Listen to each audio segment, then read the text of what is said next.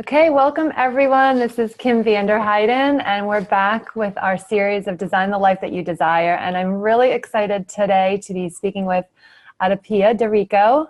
And we were just chatting a little bit. I absolutely love your message of where your journey's been recently. And I love in terms of what you are, author, speaker, and seeker. Mm-hmm. And one of the quotes that really got me on your page is how you help transformational work, moving people from fearful to fierce, mm-hmm. from chasing and surviving to flourishing and thriving. Yeah. So I just, spot on with what we're trying to share. So just like what you were just sharing with me a few minutes ago, for the listeners that, just want to get an idea of where you came from to where you are today, share a little bit about your journey and what was that defining moment where you thought, okay, this isn't the life that I want to design. Sure. Yeah. Thank you. And I'm so on board with redefining everything that I write about and on my blog, and just generally I have this belief that because words are so powerful, they form our thoughts, they form our beliefs, which form our actions, which form our habits, which form our lives. We can redefine words to fit what we want them to mean. And for me, my blog is called Real Wealth, Real Health, and wealth and health were the two big pillars of life that I was always chasing. Mm-hmm. I was chasing the highest number in my bank account, and I was chasing the lowest number on the scale. Mm-hmm. Because I thought that's what wealth was, and I thought that's what health was, and it's not. I mean, the definition is unique for me, it's unique for you, and it's a lot more holistic than what in our society and our culture we think it is. So the blog in and of itself was a very big first step for me. I was a financial technology executive. Mm-hmm. I've been working in technology for the past 5 years, finance before that, mm-hmm. Entrepreneurship generally. And I've always been an entrepreneur in some ways. And so this last experience where I was the chief operating officer of an investment management firm, mm-hmm. I couldn't land on productivity, I suppose is the best word. I just couldn't perform as well as I was expecting, or as the board was expecting, or anyone was expecting. And just, there was something that just wasn't right. And ultimately it came down to, I wasn't in the right place. I was changed. I was looking for more. As the seeker that I am, I was seeking more, and I made a decision to leave, especially when Me Too happened, mm-hmm. when the Me Too movement happened, because it really woke me up to the need for women to take a stand. Yeah. And I'm a strong woman, mm-hmm. and I know I can be strong and courageous for others. And like you as well, we can role model what we want to see. We can be that change that we want to see in the world, truly. Mm-hmm. And so now I work with women, also men, but a lot of women, on moving them from where they think they are, or where they think they're stuck, into that flourishing and that thriving and that place of success that is their version of success and gives them joy. Yeah, I love that. So that's a big move. Mm-hmm. It's a really big move. Yeah. I'm sure, I love that you say, you were a seeker, and you were looking, in your mm-hmm. heart, you knew that you were meant to do different things, bigger things. I'm sure at some point, though, in that process, there might be a little voice in there was saying, are you sure that you want to be doing this? Is that the safe thing? Is that the, I'm sure there were some fears that, crept in. So mm-hmm. I'd love for you to share how you sort of moved past that. I'm sure that getting into action really helped as well in terms of moving you forward, but maybe share some tools and strategies, because I'm sure some people that have been listening in are getting this little fire awoken in them that, there's more for me to do too, but gosh, this is what's expected of me, or I've got these bills, or I've got to do, there's all these responsibilities that we put on ourselves. So walk us through, because COO is a big job, mm-hmm. And it's a big change. Yeah, absolutely. Yeah. From COO to, like, let's say blogger, that's a big change. Yeah. Scary. Right. A lot of days, a lot of moments where I just thought, what have I done? Mm-hmm. Truly. Yeah. I mean, because we have them, and I still have them. Oh my gosh, what have I done? Totally relate. And like, it's a matter of understanding. There's a few things. I have a really great network, a support network. And I learned in the last few years, because I've never been somebody who asks for help. I never thought it was okay to ask for help. That's not me. I'm the strong one. You know, I'm the oldest. I'm all those things that created this persona that I had in the world. But I learned to ask for help. So different people that I would go to for different things, because a lot of this transition is it's a spiritual transition in a way, when you're seeking meaning, because that's what we're feeling. There's just something in here that's like, there's gotta be more. There's gotta be more. That's our, what I think is our soul. It's calling to us. It's saying there's something more. And so being able to be surrounded by, I have a great sisterhood. I have great, wonderful friends who support me. So that was one thing. I'm lucky to have a very supportive husband, and I took a couple of different approaches. One was the practical approach, which is financially, I want to feel safe. So I had to make sure that I could be safe, at least minimally paying the bills and maintaining a certain minimal lifestyle that I wanted.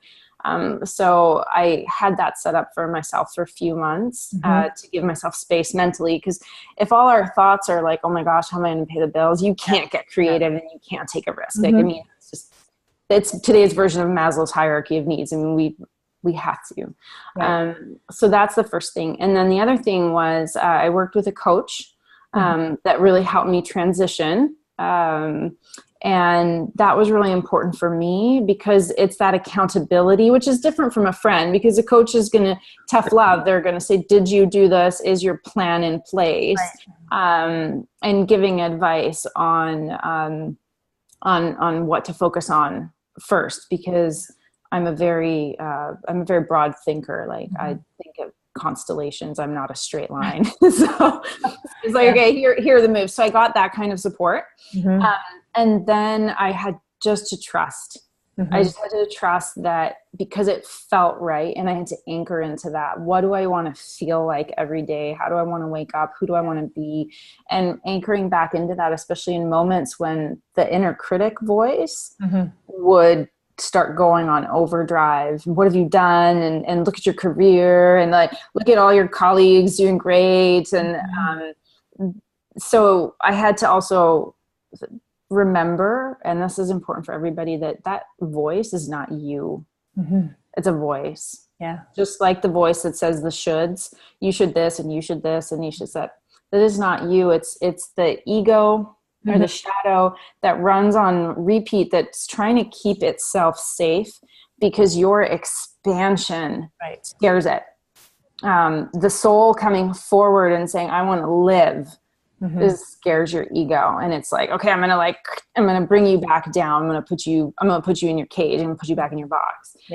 We can't let that happen. So what were some of the things? Because I can totally relate. I'm like, that happens to me early on. And it's interesting. It still happens to me when I'm pretty established in what I do now, but when I'm, doing new things and expanding way out of the comfort zone, and you still, those things still creep in every now and again, much more equipped now, but in the beginning, so what are some of the things that you did to quiet those voices down? Like you said, it's a constant battle. It's like food. We have to eat, and we have to quiet those voices almost daily, like until, I think it's going to take years until that goes away. But even then, once you get to a new level, it's going to scare it into the next level and into the next level. So it's just being cognizant of it. And I'm taking a wonderful training. It's a facilitation so that I can do this work with some more tools, and it's called Playing Big, which is Tara Moore's course. And I really want to say that to people. She has a book and courses, and so I'm training as a facilitator in her methods, and it's been a wonderful help, because there's actionable tools that we can use. So there are tools around doing some work with this inner critic voice, like separating yourself from it visually, giving it a character, and doing things with that character in your mind, like making it small, putting it in a playpen, throwing it into outer space, like really fun things. Because in a way, what I've recognized is that this work can get us into a really serious place. Oh, this is so serious. Oh my gosh, my existential crisis every day. But actually, we should not take ourselves so seriously. So doing some of the visuals with the inner critic, and it's important not to fight it, not to try to argue with the inner critic, but like, hey, I got this. Right. Or, I'm going to put you in your corner. I'm going to put a dunce cap on you and you can stay there. Yeah. No, I love the playpen. Right. I love the going in the playpen. I was just, no, thank you. I am so okay. So like tools like that, and you have to laugh at yourself sometimes, truly, because we get so intense. And we get really intense about our transformation. Right. And, we're meant to feel joy. This, to me, like the soul's ambition is joy. And so we have to feel that, and we have to laugh at ourselves, because, life is way too short not to have a good laugh at ourselves. And I've really learned to do that, because I was, like serious executive. And no, I actually really like having fun and having a good laugh at my own expense. So I try to do that pretty much every day now. Yeah, love that. So a couple of things that you said that were woven in there that I think are so important to kind of bring back. Because I think it's one thing to get some clarity around what the next move might be, right? And have that inspired, be ready to act on it. But then it does take that inspired action, right? We can't just kind of sit back and manifest it to happen, even though it's good to put that positive intentions out. So what were some of the key steps that you took? Well, what I heard you say, which is huge, and I highly recommend it too for people, is you naturally had a great circle already built in. I think sometimes in other people's situations, I left corporate as well, and my immediate circle were just like, what are you doing? So I didn't have that built in. I was able to create it, and I created it fast. And fortunately for me, I also had a supportive husband, but it was interesting, the dynamics of the people that I cared about a lot and they cared about me a lot were just like, what are you doing? Right? So I think getting that circle of your tribe around you and the people that you can support you. But then the second piece is the coach and getting that accountability. I think those are some great action steps. Was there anything else that early on you can kind of pinpoint, like how you kept in motion? Having the blog and knowing that people were reading it kept me accountable. So kind of keeping me accountable to my audience, so to speak. And then that blog created the like social media content. And so it formed like the anchor of everything that I was going to do, because if I was going to start talking about this, which is my writing and this exploration, and now the coaching that I do or the speaking that I do, in a way, like for me strategically, this is the business side coming in. It's like, well, you can't just come out of left field. And so you have to put the practicality to work. And in the realm of speaking, let's say about like the feminine and masculine as traits, the feminine being soft and flowing and open and going with the flow. The masculine is like, okay, great, but let's make something happen with that. And so it's like activating that part of ourselves to say, I want to be creative. I want to have my moment, because I've always loved writing. And I've always loved personal development work. My thesis in college was on emotional intelligence back in 2002. I didn't pursue it further because the 22-year-old in me was like, no, that's not important enough. I have to go to finance and be really important. It's like, oh my gosh, just slap myself, go back in time and slap myself. But now I find myself many, many years later, almost 20 years later, in personal development. And so you come back around. But the important thing is, you have a dream. You've always had it. You know it. When you start doing the inner work and finding it, you're going to pull it out. And then what you have to do this time around is we don't always get second chances. So putting a plan to it, and there's different kinds of coaches, right? There's like business coaches, and there's like my coach, he focuses a lot on like an essentialist approach to getting things done. Legacy. He's a legacy mentor. Okay. And there's different kinds of coaches. So, finding the one that resonates, but making sure that there is accountability in there, even if you resist it.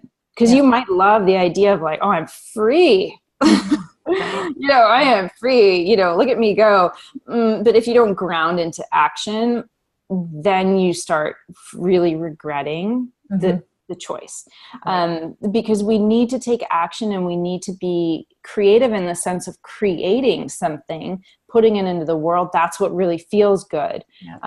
So it's grounding into action, and whatever that is for people doing different things. I like different forms of to-do lists and all kinds of different things. If I'm going to work on the blog, I'm going to think about what the topics are. I'm going to start writing those topics. I'm going to take some time out to do some outreach and, just kind of breaking it up too. Like I can't write for 8 hours a day. There's no way. As I'm sure with you, it's like trying to schedule things into your day, including though, like I start my day with meditation and sadhana, like mantra and mudra practices. So pranayama, breathing. I have a yoga practice every day, and I need that fuels my fire for doing the more linear, let's call it mental work of putting writing out into the world. Yeah. Well, and that's great that you have some routine and practices on the mindset side, right? Like you said, to start your day off, which is huge. So what I'd love for you to share with people, because I know people are going to be inspired to say, okay, well, if AdaPia can do it, then I can do it too. And that's my whole thing too. I love, when we talk about strong women, I mean, my whole thing is if either one of us can do it, anyone that's watching this can do it and can really follow their dreams and their desires. I think it's just making that commitment or making that decision to commit. And then, like you said, getting into that inspired action. And sometimes it is this just series of baby steps. And what I found is, and maybe you can touch on this too before we wrap up, is that I think when you talk about setting these action items in place and staying in action, I think that's when you set something, or you say you're just going to do something and you do it, it actually starts to create that belief in self too. And as your belief in self gets stronger, your posture gets a little stronger, and your willingness to continue to step out of that comfort zone is like, okay, well, I've done this before. I can continue to. So, was your belief, I mean, like you said, you're a strong woman, and you had some really good success in corporate. And I think that helps as entrepreneurs when we're going on to do something else, because we're like, okay, I've done this before. Yes, different challenges, but talk a little bit about the belief in self and how that helped you kind of move into this space. Yeah, it does. It helps when you have a background of needing to be productive. I guess it's the silver lining in what may otherwise feel like, I don't know, I sold my soul, or, I don't think that about work. But it gives you a certain mentality of like, okay, I'm going to get things done, which is really important. The belief in self it kind of goes back to the inner critic, and it's knowing that you're going to have moments, you're going to have days, you're going to have weeks, sometimes when you just don't believe in yourself. And that's where that support network comes in. It's really important to have that support network. And if I'm having a particularly bad day, which I have plenty, I just stop. I try to stop the mind, which is really hard. But I can do it now with training again. And it kind of goes back to that like daily practice is I can quiet it down the point where instead of feeling really crazy in my mind, I think, okay, what do I feel? And usually almost always, I'm not scared. It's my mind that's going crazy. And so the belief, whatever it's telling me is not true, because if I anchor into how I feel, then I feel safe. And then the mind stops and I say, okay, I'm going to be okay. I'll go for a walk. I was just thinking the same exact thing for me when I love when you said, sometimes you just have to kind of stop, right? Instead of just trying to plow through something and just stay in it. There's nothing like going for a walk, especially if you have I have a friend that has a saying, go walk your dog. And she's like, regardless if you have a dog or not, go walk your dog. Yeah, exactly. Yeah. Getting your feet out. Like when you might hear people say grounding, which confused me for a really long time because I thought I'm not really sure what you mean by grounding. It also just means getting some fresh air, and it's a different perspective, just being out in nature. I live in California, so for me, it's generally like it's really nice out here. But I was just in Calgary, Alberta this weekend I was doing a facilitation for a group course, and it was cold. It was really cold, but I enjoyed it because I thought, oh, I don't get the snow.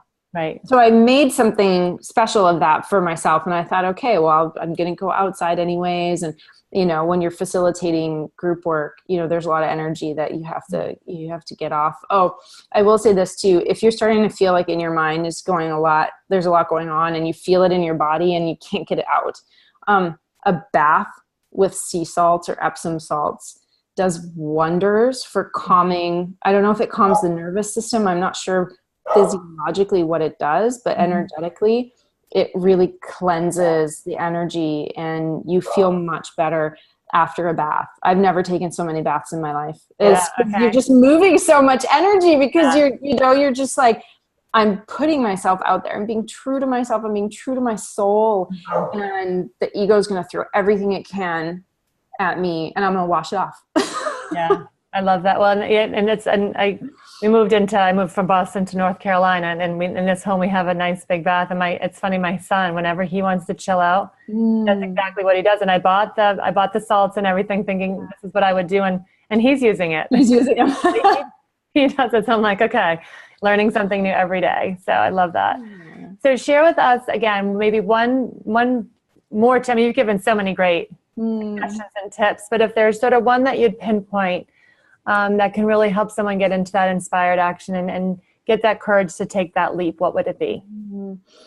I think the most important thing is to take a moment, and several moments if you need to, and ask yourself, I like to point at my heart because that's where it is for me. It's just ask yourself when they say drop in. And I journal a lot. Like I get a lot out in journaling. I'll put on different kind of Tibetan bowl meditation music. I love the bowls, the singing bowls, and I'll write until it comes out.